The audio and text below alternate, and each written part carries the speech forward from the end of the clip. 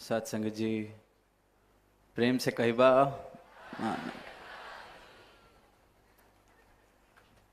साथ संगत कुशीनगर शहर में ये सुंदर सभा बना है और जैसे ही इस शहर में पहुंचे तो नज़र गई भगवान बुद्ध की प्रतिमा पर। अनेक स्थानों पर उनका नाम पढ़ने को मिला, आकृति देखने को मिली, प्रतिमाएं देखने को मिली। किस प्रकार ये शहर कुशीनगर ऐतिहासिक मायनों में भी इसका जिक्र किया जाता है। और जब वो प्रतिमा देखी तो एक कहानी, बड़ी प्रसिद्ध छोटी सी कहानी भगवान बुद्ध के समय की ध्यान में आई कि एक बार एक औरत उनके पास बहुत रोते हुए, जार जार रोते हुए पहुंचती है और कहती है, मेरा जवान बेटा जो है वो अपना शरीर छोड़ गया है। आप तो बुद्ध पुरुष हैं, आपके भक्त कहते हैं आप भगवान के अवतार हैं, मेरे बेटे को जीवित कर दीजिए, मेरा इस दुनिया में और कोई नहीं है, मेरे बेटे को जीवित कर दीजिए। भगवान बुद्ध उसकी रोती हुई हालत देख के कहते हैं, अच्छा चलो मैं जीवित कर देता हूं, पर एक काम करना पड़ेगा तुम्हें। अपने गांव में से किसी ऐसे घर को ढूंढो जहां कभी किसी की मृत्यु नहीं हुई है और उस घर से एक मुट्ठी अनाज लेकर आओ, तो मैं तुम्हारे बेटे को जीवित कर देता हूं। अब वो औरत उस पल में तो सोचती है कि मुझे मेरा बेटा वापस मिल जाएगा, तो दौड़ कर जाती है पूरे गांव का चक्कर लगाने और रात्रि हो जाती है और फिर थक कर वापस जब पहुंचती है तो भगवान बुद्ध कहते हैं कि कहाँ है अनाज। तो वो कहती है, ऐसा कोई घर नहीं मिल पाया जहां मृत्यु ना हुई हो किसी की कभी। मैं समझ गई आप जो समझाना चाह रहे हैं, ये तो सच्चाई है। ये तो जो जो इस शरीर में आया है उसको जाना है। भगवान बुद्ध ने उसको यही कहा आगे कि अब जो तुझे ये सच्चाई देखने को मिली है, अब इसको भूलना मत और कोशिश कर, प्रयास कर कि ये शरीर जिसने यात्रा पूरी कर लेनी है, तो इस शरीर के रहते रहते ऐसा क्या मैं हासिल कर सकता हूं जो शरीर की तरह बूढ़ा नहीं होगा, जिसको इस शरीर की तरह रोग नहीं लगेंगे। और भगवान बुद्ध की अपनी कहानी भी जब देखते हैं, पढ़ते हैं, तो इस सत्य की तरफ उनको जिज्ञासा या वो सवाल तभी आया जब जवानी की उम्र में पहली बार एक शरीर देखा जिसको नाना तरीके के रोग लगे हुए थे। वो शरीर देख के दिल बैठ गया। जो सारथी था, जो घुमा रहा था राजकुमार को, राजकुमार बुद्ध को, तब तो खैर सिद्धार्थ गौतम के नाम से उनको जाना चाहता था, हम सब जानते हैं। उनसे पूछ बैठे कि ये इनको क्या हुआ है। उन्होंने कहा कि कुछ नहीं, बस पीड़ित हैं, रोग है, कई तरह के रोग हैं इनके शरीर को, इसलिए ये हालत है। पूछते हैं आगे से कि क्या मुझे भी ऐसा हो सकता है, मेरे शरीर की भी ये हालत हो सकती है? तो वो आगे से कहता है कि मैं आपके आगे झूठ कैसे बोलूं, ये तो शरीर है, इसके साथ तो कुछ भी हो सकता है। कोई भी रोग इसको लग सकता है। फिर उसी दिन थोड़ी दूर एक बुजुर्ग लाठी का सहारा लेते हुए दिखाई पड़ते हैं, कमजोर सी हालत शरीर की। उसके लिए भी पूछ बैठते हैं सिद्धार्थ गौतम के ये कौन है, ये क्या है, इनको क्या हुआ है। कहते हैं ये तो बिल्कुल बस मृत्यु के करीब हैं, शरीर जो कुछ कर सकता था कर चुका है, खत्म हो चुका है शरीर, बिल्कुल जैसे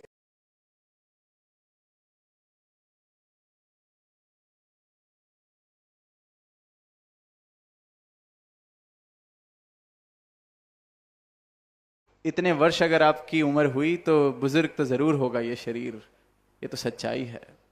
और उसी दिन फिर एक मृतक शरीर भी देख लेते हैं, एक लाश भी देख लेते हैं सिद्धार्थ गौतम, और पूछते हैं ये,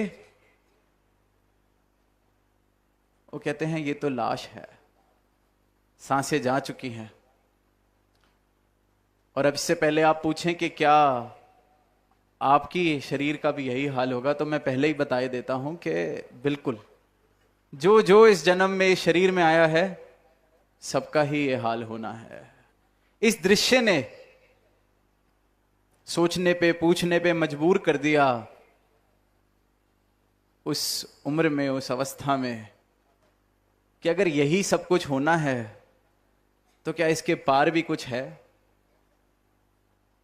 यही एक रोगी काया, यही चंद श्वासों का खेल और फिर मृत्यु, यही तो सिर्फ सच नहीं हो सकता, यही तो सिर्फ सत्य नहीं हो सकता, सिर्फ इसलिए तो यह जन्म नहीं मिला होगा। और यह सवाल इतनी गहन तरीके से पूछा गया कि सारी संपत्ति, सारा राज्य साम्राज्य छोड़कर उसी दिन भाग गए जंगलों में। और फिर जो भी हम सब ने इतिहास पढ़ा है, जिन्होंने भी भगवान बुद्ध का, कि किस प्रकार फिर उनको ये सत्य प्राप्त हुआ, ज्ञान प्राप्त हुआ। पर जिस बात की तरफ इशारा है इस कहानी में वो यही कि जीवन को जागकर, आंखें खोलकर जब देखा गया तो मन में यही सवाल आए कि इसमें तो हासिल कुछ होना ही नहीं है। जागकर, आंखें खोलकर। और फिर जब सिद्धार्थ गौतम से भगवान बुद्ध वो बने तो अपने हर एक शिष्य को यही एक बात कही कि बस ये जीवन आंख खोलकर जीना है, जाग जाने का नाम ही निर्वाण है, मोक्ष है। इस प्रकार से आंखें खोलकर जियो कि फिर दोबारा इस क्षण भंगुर संसार के साथ वो आसक्ति ना बने। ये संसार जिसने कुछ नहीं देना, कुछ हासिल नहीं होना, इस संसार से प्रेम ना बन जाए, इस संसार के पीछे पागल ना हो जाओ। इसमें रहकर भी एक सम्यक समाधि की बात करी गई, मध्य मार्ग की बात की गई कि जैसे एक बीच का रास्ता, संसार में रहकर भी संसार का ग्राहक नहीं। जैसे कबीर दास जी कहते हैं कि कबीरा खड़ा बाजार में, मांगे सबकी खैर, ना किसी से दोस्ती ना किसी से बैर। सबके ही हैं, सबके लिए ही कल्याणकारी भाव हैं दिल में। पर यह पता है कि इस प्रभु परमात्मा के अलावा कोई और रहने वाला नहीं है। कहीं और आसक्ति लगाने से सिर्फ दुख प्राप्त होगा। सारे का सारा सार बुद्ध के शिक्षाओं का यही है कि जीवन को जाग कर जिया जाए, आंखें खोलकर देख लिया जाए कि जिस संसार के पीछे भाग रहे हैं, जो हासिल कर रहे हैं, कुछ नहीं मिलने वाला। हर दिन मैं उस जवानी को खो रहा हूं जिस पे मैं आज गुमान कर रहा हूं, जिसका मुझे अहंकार है। हर दिन ये यात्रा चलती जा रही है उस दिन की ओर जब ये यात्रा खत्म हो जानी है, शरीर ने चले जाना है। तो ये शरीर सिर्फ इसलिए नहीं मिला कि जन्म लिया और मृत्यु हो गई। बहुत कुछ पाया जा सकता है, सत्य पाया जा सकता है। और पाना किस लिए है? ताकि जीते जी स्वर्ग में वास हो सके। इन भ्रमों से ऊपर उठ के जिया जाए कि ये शरीर जिस दिन छूटेगा उस दिन स्वर्गवासी होना है। दुनिया भगवान का नाम ले रही है, परमात्मा का नाम ले रही है, पर प्रेम के कारण नहीं, भय के कारण ले रही है। डर है कि परमात्मा को पूजा नहीं तो कहीं नरक में ना जाना पड़ जाए। खौफ है कि परमात्मा का नाम नहीं लिया, अच्छे कर्म करने नहीं करे, पूजा नहीं, कर्म कांड नहीं किए तो दंड मिलेगा। पर अध्यात्म परमात्म भय का सौदा नहीं है, खौफ का सौदा नहीं है। ये तो भ्रम है, फैलाए गए हैं, फैलाए जा रहे हैं, और इन भ्रमों के आधार पर ही धर्म के नाम पर ना जाने क्या क्या हो रहा है। पर सनातन धर्म इस प्रभु को प्राप्त करना है, इस सत्य को प्राप्त करना है, इस प्रभु को जो सनातन से ही सर्वव्यापी, सर्वशक्तिमान, सनातन से ही एक रस एक जैसा, इस प्रभु को प्राप्त कर लेना सत्य है। इस प्रभु को प्राप्त कर लेना ही जीवन का उद्देश्य है। इस प्रभु को प्राप्त जिसने कर लिया उसका स्वर्ग में वास उसी पल हो जाता है। जीते जी ये शरीर उस दुनिया से बाहर निकल जाता है जो बिल्कुल नरक बराबर बना ली है इंसान ने अपने भ्रमों के कारण। नाम परमात्मा का ले रहा है, इच्छा स्वर्ग की रख रहा है, पर जीते जी नरक जैसा जीवन बना लिया है। नफरतें बना ली हैं, वैर बना लिए हैं, सुख के दो पल ढूंढने मुश्किल हो रखे हैं इंसान के लिए। और क्या कोई नरक में भेजेगा ऐसे इंसान को? और क्या कोई नरक में सड़ाएगा ऐसी मानवता जो हालत हो रही है कि एक दूसरे का ही गला काट रहे हैं, भाई भाई को मारने को तैयार हो गया है धन दौलत के लिए। इससे बड़ा नरक इंसान अपने लिए और क्या बनाएगा? इसलिए चाहे बुद्ध हुए, चाहे किसी भी रूप में यह आवाज दी सदगुरु ने, यही कहा कि स्वर्ग इसी वक्त इसी पल हासिल हो सकता है।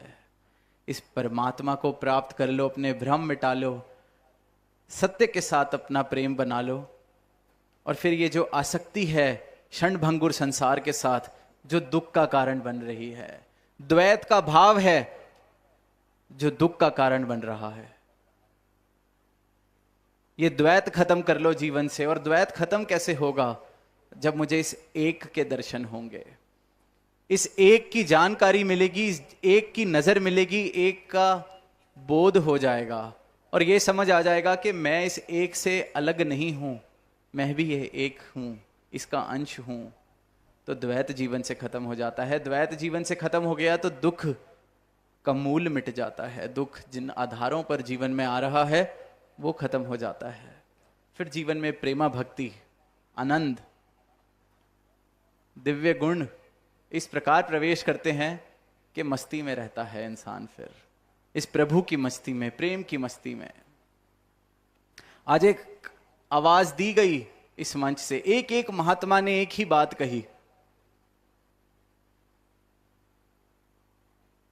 कि कल्याण होई गबा, आत्मा का कल्याण होई गबा भैया, हम सबकी आत्मा का कल्याण होई गबा। एक ही आवाज दे रहे हैं कि सदगुरु के ब्रह्म ज्ञान को पाया है तो आत्मा का कल्याण हो गया है। और आत्मा का कल्याण करने का एक ही तरीका है, एक ही विधि है, एक ही उपाय है, आत्मा को उसकी पहचान हो जाए। सदगुरु के ब्रह्म ज्ञान के द्वारा आत्मा को उसकी पहचान हो जाए। इंसान ऐसी बातों से इतना दूर हो गया है, परमात्मा को पाया जा सकता है ऐसी बात सुन के ही कहता है कि ये पागलों जैसी बातें हैं।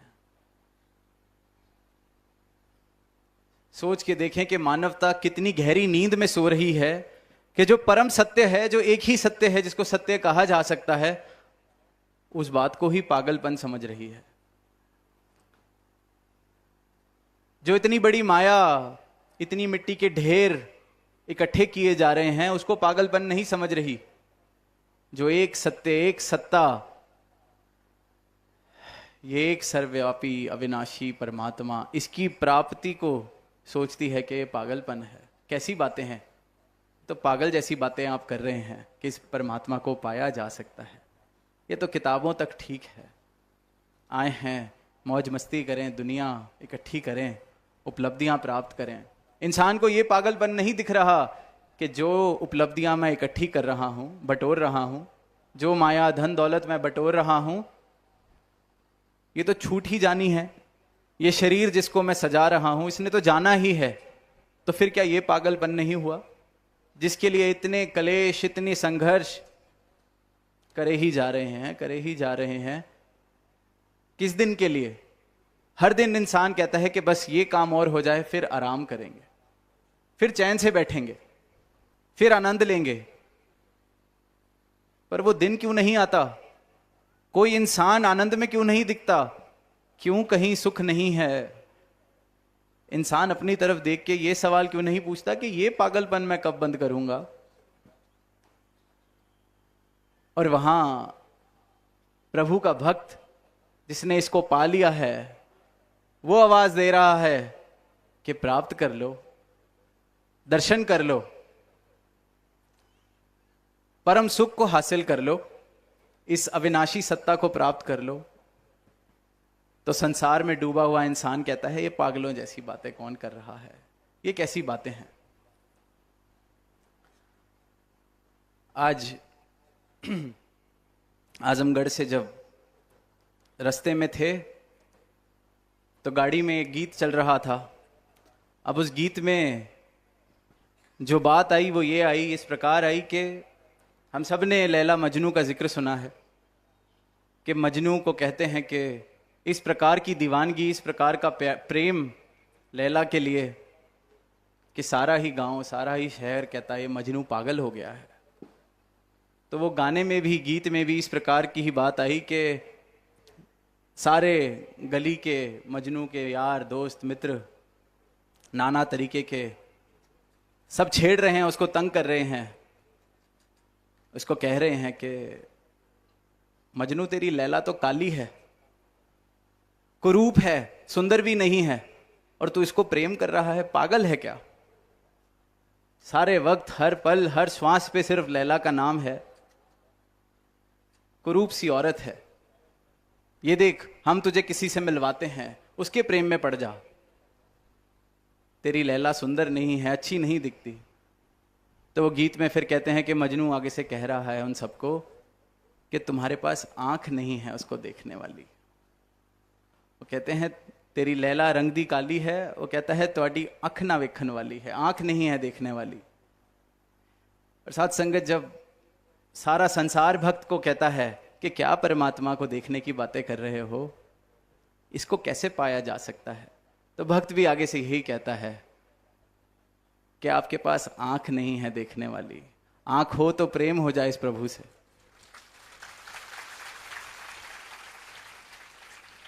तो वो जैसे मजनू ने कहा कि मजनू की आंख चाहिए लैला को देखने के लिए, वैसे ही भक्त की आंख चाहिए इस भक्त के भगवान को देखने के लिए।